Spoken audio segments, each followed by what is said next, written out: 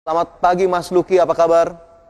Selamat pagi, salam sehat semua. Ya, salam sehat tentunya. Apakah kemudian kondisi investor hari ini cukup sehat ini melihat inflasi Amerika Serikat yang ternyata melonjak ke level tertinggi dalam 40 tahun terakhir, 7,5% setelah kemarin market global berhati-hati. Apa yang kemudian bisa kita lihat dari data inflasi yang sudah dirilis di Amerika Serikat semalam, Mas Luki?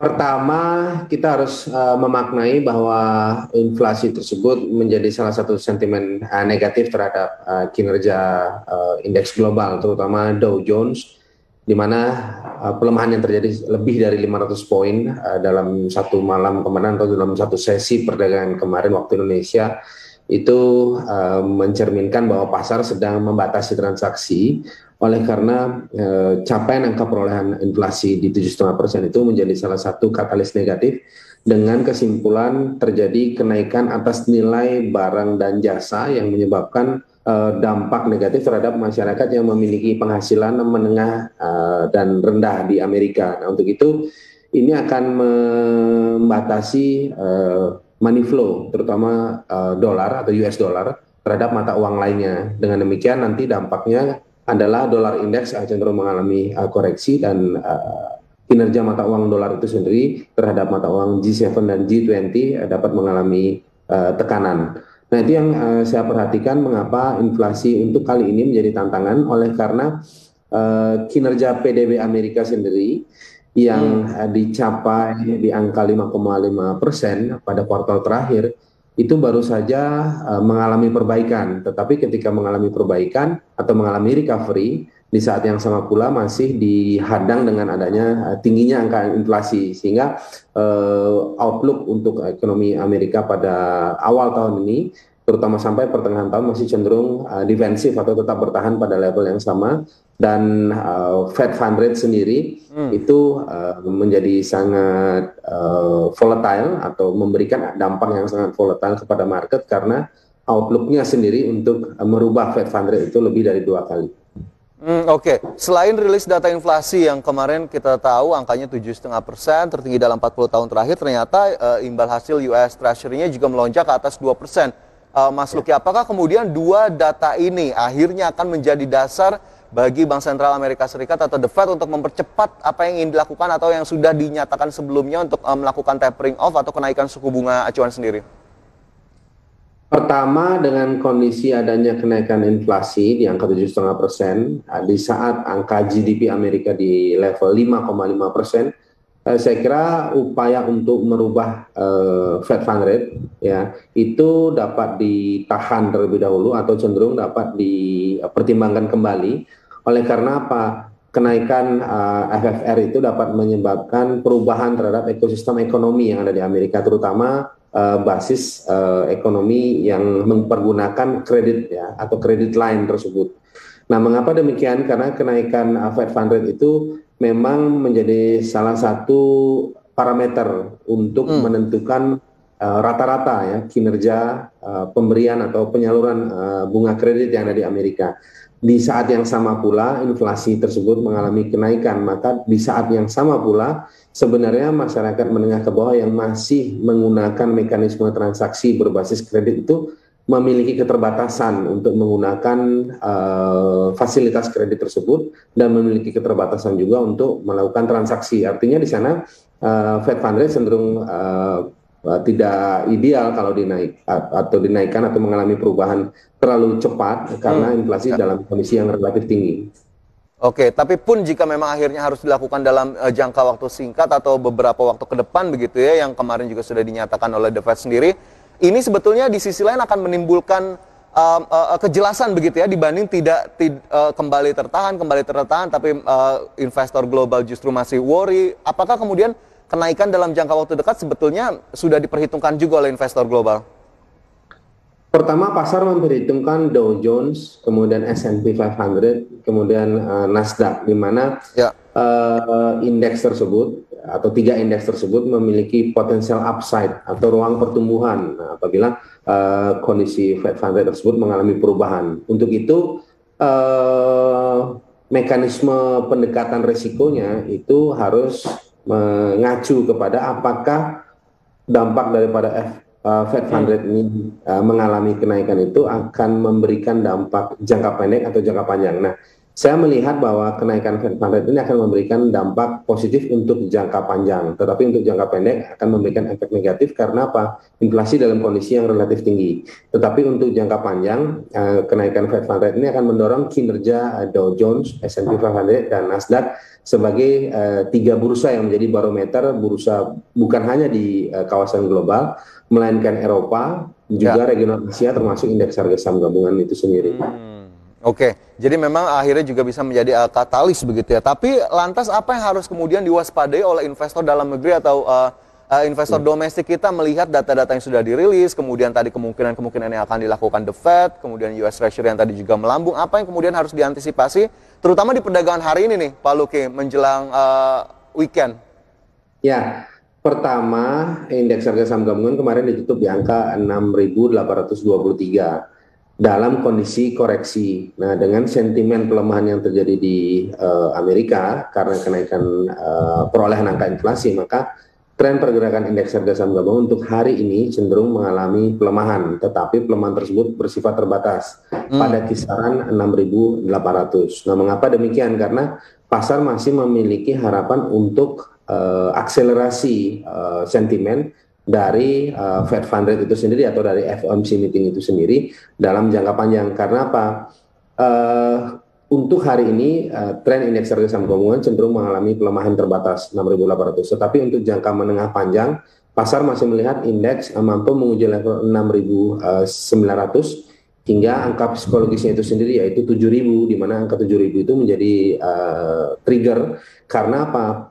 Capaian perolehan angka PDB di Indonesia juga mengalami perbaikan pada kuartal 4, di mana hasil perolehannya adalah 5,02% atau 5% dari kuartal ketiga sebelumnya di angka 3,51%. Oke, karena ada perbaikan dari sisi PDB-nya juga. Sekali lagi, Mas Luki, IHSG berarti dalam waktu dekat akan mencoba ke level berapa ini? Tren jangka pendek indeks cenderung mengalami pelemahan dengan target 6.800, tetapi untuk jangka menengah dan panjang reversal dari indeks dapat menguji level 6.850 hingga 6.900, dan jangka panjang indeks masih cenderung menguat untuk menguji level psikologis yaitu 7.000. Nah, sementara triggernya adalah harga komoditi, di mana harga komoditi kalau kita lihat dalam beberapa minggu terakhir crude oil testing ya antara 85 US dollar per barrel hingga 91 US dollar per barrel. Per hari ini sudah ada di angka 89 US dollar per barrel. Nah, untuk itu emas juga menjadi perhitungan utama karena emas sudah berada di angka kisaran 1.850 US dollar per troy ounce. Sementara kenaikan harga emas tertinggi sepanjang sejarah itu sudah dicapai tahun lalu yaitu 2.000 US dollar per troy ounce. Artinya nanti yang akan menjadi angin segar bagi kinerja indeks harga saham gabungan, terutama kita hubungkan dengan sektornya adalah kinerja komoditi. Nah, untuk itu sektor pertambangan atau mining sektor itu menjadi pilihan. Berikutnya dengan sektor-sektor alternatif lainnya antara adalah consumer cyclical. Oke, komoditas pertambangan ternyata cukup menarik begitu ya dengan level terdekat dari IHSG di 6.850 hingga 6.900, kemudian uji level di 7.000 pemirsa tadi menurut Mas Luki untuk proyeksi indeks harga saham gabungan terkini. Sementara kita tahu memang kemarin masih mampu ditutup di area 6.800-an. Lantas dengan indeks harga saham gabungan yang ternyata masih cukup menarik di tengah-tengah kondisi saat ini, adakah kemudian saham-saham yang bisa dijadikan pilihan? Pemirsa, ternyata saya sudah dapat datanya ini di saham rekomendasi saham pilihan dari Mas Luki di hari ini. Kita lihat bersama. Berikut ini pemirsa ada 4 saham. Yang pertama MNCN begitu ya, Media Nusantara Citra. Kemudian yang kedua adalah MDIA. Dan ketiga ANTM, ini seperti tadi sudah sedikit disinggung ya dari komoditas terutama emas. Kemudian juga ada SCMA. 4 saham rekomendasi atau 4 saham pilihan dari Mas Luki di hari ini. Kita coba ulas satu persatu Mas Luki. Apakah kemudian 4 saham ini masih bisa dioptimalkan peluang-peluangnya? Kita mulai dari MNCN. Apa yang kemudian membuat MNCN menarik? Pertama, MNCN adalah salah satu media broadcasting atau grup holding yang terintegrasi. Nah, kita lihat bahwa MNCN masih didominasi dengan kinerja holding company yang memang sangat agresif melakukan diversifikasi. Nah, seperti yang kita tahu baru-baru ini grup MNC melakukan salah satu corporate action dengan merubah postur usaha, dan salah satu postur usaha yaitu emiten yang disebut IATA, di mana tadinya perusahaan tersebut adalah perusahaan air transport, nah dirubah menjadi MNC Energy. Nah artinya lebih jauh dari sekedar produk broadcasting yang ada, grup MNC melalui MNCN itu memiliki integrasi bisnis yang memang dapat mendukung fundamental. Nah, kalau saya jelaskan mengenai broadcasting, karena kali ini kita juga membahas SCMA dan ya, maka secara aset MNCN memiliki total aset yang tertinggi dibandingkan dengan rata-rata industri yang ada di angka 8,8 triliun. Nah, itu yang bisa kita lihat mengapa MNCN dapat menjadi pilihan dengan representasi sektor consumer cyclical dalam bidang broadcasting. Baik, lantas target price-nya untuk MNCN yang bisa dicatat juga oleh para pemirsa, Mas Luki, sebelum kita jeda? Ya, pertama potensial upside untuk MNCN itu cenderung menguat 2-3%. Nah, dengan demikian MNCN itu masih dapat menguji angka capaian di angka Rp930 per lembar. Oke, itu menjadi target terdekat untuk MNCN, pemirsa, yang kemarin ditutup di posisi Rp900 per saham. Baik, masih ada 3 saham pilihan lainnya yang akan kita ulas lebih lanjut.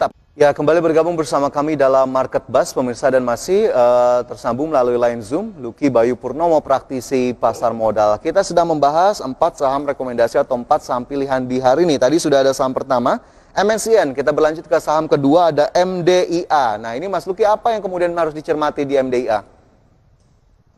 Pertama, kita mencermati kinerja fundamental. Nah, kinerja fundamental pada laporan keuangan terakhir dari Intermedia Capital sebagai induk usaha dari Antv itu memberikan satu momentum yang cukup baik. Oleh karena apa? Di saat harga emiten atau harga MDA tersebut berada pada kisaran Rp50 per lembar saham, akan tetapi pada saat yang sama pula terjadi momentum di mana MDIA mampu membukukan profit sebesar 33 miliar dari angka kerugian sebelumnya di minus 144 miliar. Nah, ini menjadi salah satu katalis positif dalam aspek fundamental.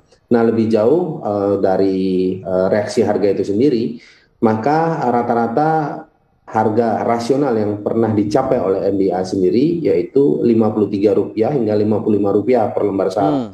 Begitu dalam kondisi saat ini di level 50, MDA cenderung menguat untuk menguji target pertama yaitu Rp53 dengan target tertinggi dalam jangka pendek dan menengah yaitu Rp55 per lembar saham. Di sisi lain, emiten broadcasting yang disebut dengan Antv dengan kode saham MDIA atau Intermedia Capital itu memiliki ruang pertumbuhan FMCG atau Fast Moving Consumer Good, di mana FMCG menjadi salah satu kontributor untuk belanja iklan pada emiten MDIA ini. Nah, itu dari aspek fundamental yang dapat kita perhatikan dari emiten MDIA. Oke, tapi kita lihat jika ini laju saham dari MDIA sepertinya tidak bergerak terlalu signifikan begitu, Mas Luki. Apakah kemudian ini memang harus ada strategi tertentu untuk MDIA yang kita tahu masih range-nya masih di Rp50 per saham? Ya, tentu kita harus melihat dari 3 sudut pandang. Apakah transaksi ini akan dijadikan transaksi yang memiliki orientasi transaksi jangka pendek, ataukah menengah, ataukah jangka panjang. Nah, saya lihat MDIA ini dapat menjadi referensi transaksi untuk jangka menengah dan panjang. Nah, berbeda dengan MNCN karena aspek likuiditasnya lebih tinggi, maka itu dapat menjadi pilihan untuk jangka pendek. Nah, seperti yang kita tahu, balik ke MNCN sedikit dari angka 900, maka targetnya ada di angka 930, artinya itu adalah target rasional sesuai dengan likuiditas. Nah, untuk itu ini kembali kepada time frame transaksi, dan ini menjadi bagian daripada risk profile transaksi atau investor sendiri untuk melengkapi portofolio transaksi di industri broadcasting. Oke, akhirnya ada risk profile tersendiri yang kembali disesuaikan oleh investor atau mungkin Anda yang memang investasinya cenderung jangka pendek, menengah atau panjang yang memang punya horizonnya masing-masing. Baik, itu untuk MDIA dan juga MNCN.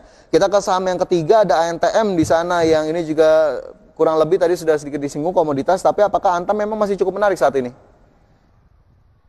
Pertama mengenai Antam, nah katalisnya adalah kinerja harga emas itu sendiri sebagai sentimen atau underlying sentimen, di mana capaian kinerja harga emas dunia yang ada di angka 1.835 hingga 1.850 US dollar per troy ounce itu memiliki ruang pertumbuhan untuk tahun ini hingga menguji level 2.000 US dollar per troy ounce. Nah, itu yang pertama.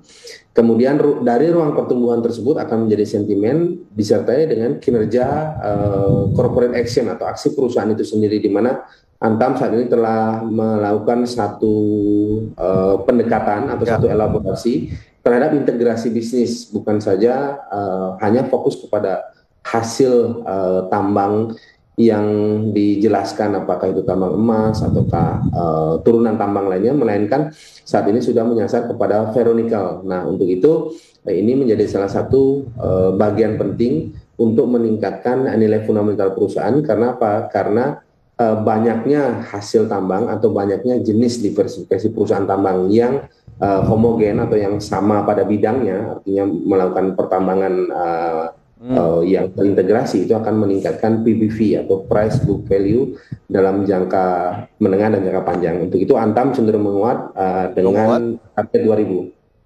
Oke, dengan target 2000 cenderung menguat. Aneka tambang tadi sejumlah sentimennya juga sudah diuraikan begitu ya untuk aneka tambang yang hari ini di awal sesi pertama ini masih melemah 0,53% untuk aneka tambang. Sebelum kita membahas terkait pembukaan di sesi 1 hari ini, satu saham pilihan lagi terakhir, Mas Luki, ada SCMA di sana lagi-lagi dari sektor media ya. Ini tidak terlalu jauh. Apa yang bisa dijelaskan untuk SCMA ini? Pertama, SMA satu rangkaian atau satu jenis indeks, yaitu consumer cyclical dengan MNCN dengan MDIA. Ada yang lainnya yaitu Viva dengan TV1, kemudian NetTV dengan NetTV. Nah, artinya SMA apabila kita ingin melihat bagaimana sih integrasi bisnis atau bagaimana juga SMA itu melakukan diversifikasi, rupanya ada dua jenis merek ya, atau dua karakter merek yang sangat populer, yaitu SCTV dan Indosiar. Nah, untuk itu masing-masing daripada brand ini memiliki kontribusi yang cukup baik, oleh karena apa? Captive market atau jumlah viewernya itu memiliki potensi yang dapat dikatakan itu sangat fanatik pada kekuatan konten dari SCTV dan Indosiar itu sendiri. Nah, itu yang dapat mendorong perolehan belanja iklan yang nantinya dapat menyumbang nilai fundamental kepada SMA itu sendiri. Untuk itu SMA cenderung menguat. Target yang pertama adalah Rp300 hingga 305 sebagai target tertinggi. Oke, 305 menjadi target terdekat untuk SCMA yang sekali lagi di awal sesi 1 ini terkoreksi 1,39% ke level 282 dan juga tadi 284. Mungkin saja ini bisa menjadi peluang untuk Anda pemirsa jika ingin mengoleksi saham SCMA. Tapi sekali lagi, 4 saham rekomendasi ini disclaimer on, keputusan tetap kami kembalikan kepada masing-masing dari Anda. Mas Luki, kita bergeser ke indeks harga saham gabungan yang sudah dibuka di sesi 1 hari ini. Kita cermati terlebih dahulu data-datanya, pemirsa bisa Anda lihat dari grafis yang sudah kami sajikan dari IHSG, Jakarta Islamic Index dan juga LQ45. Di mana sampai dengan pembukaan di awal sesi 1, indeks harga saham gabungan terpantau turun 0,1% ke level 6813.6, Jakarta Islamic Index menguat 0,2%, LQ45 minus 0,01%. Kemudian sejumlah saham yang masuk dalam top gainers dan top losers di awal sesi hari ini ada Telkom di top gainers dengan menguat 0,45% ke level 4480. Kemudian IATA naik 9,15% ke level 179, NetTV menguat 15,42% ke level 494 dan juga BRPT naik 2,36%. Kemudian top losers dihuni oleh 4 saham sebagai berikut, ada BBCA turun 0,32% ke level 7725, BBRI minus 0,89% ke level 4430, Arto turun 4,47% ke level 14.425 dan Antam yang tadi juga sudah diulas sedikit minus 0,27% ke level 1875. Mas Luki mencermati posisi awal IHSG di sesi 1 hari ini, masihkah sesuai ekspektasi? Ya, indeks harga saham gabungan yang saat ini dibuka di angka 6.813 itu sesuai dengan prediksi sebelumnya, di mana kita sempat mengulas pembahasan tersebut sebelum terjadinya pembukaan market atau pembukaan pasar. Nah, untuk itu tetap dalam pendekatan awal sesi kita diskusi, maka batas teritori terendah indeks atau bottom line indeks itu masih ada di angka 6.800, sehingga dari 6.813 indeks masih dapat mengalami pelemahan, dan pelemahan itu sekali lagi masih bersifat terbatas. Nah, kemudian kita lanjut kepada emiten-emiten yang menjadi pembahasan kita tadi. Kebetulan broadcasting itu menjadi emiten-emiten yang mewakili indeks consumer cyclical yang cukup baik, terutama apresiasi pasar terlihat dari kenaikan harga saham Net TV yang menguat 15%. Nah, sementara Antam terjadi koreksi yang bersifat sangat minor karena terjadi pelemahan hanya 5 poin. Nah, untuk itu emiten-emiten yang menjadi pembahasan seperti Net TV, kemudian MNCN dan SMA, berikut dengan Antam tetap masih dalam pandangan untuk akumulasi beli. Oke, masih sesuai dengan ekspektasi begitu ya. Tapi ada satu saham yang ingin saya tanyakan, mungkin tidak terlalu banyak. Mas Luki, ada Unilever yang terkena net sell di hari ini, di pagi hari ini tepatnya 9,9 miliar, tadi 10 miliar begitu ya, minus 1,01%.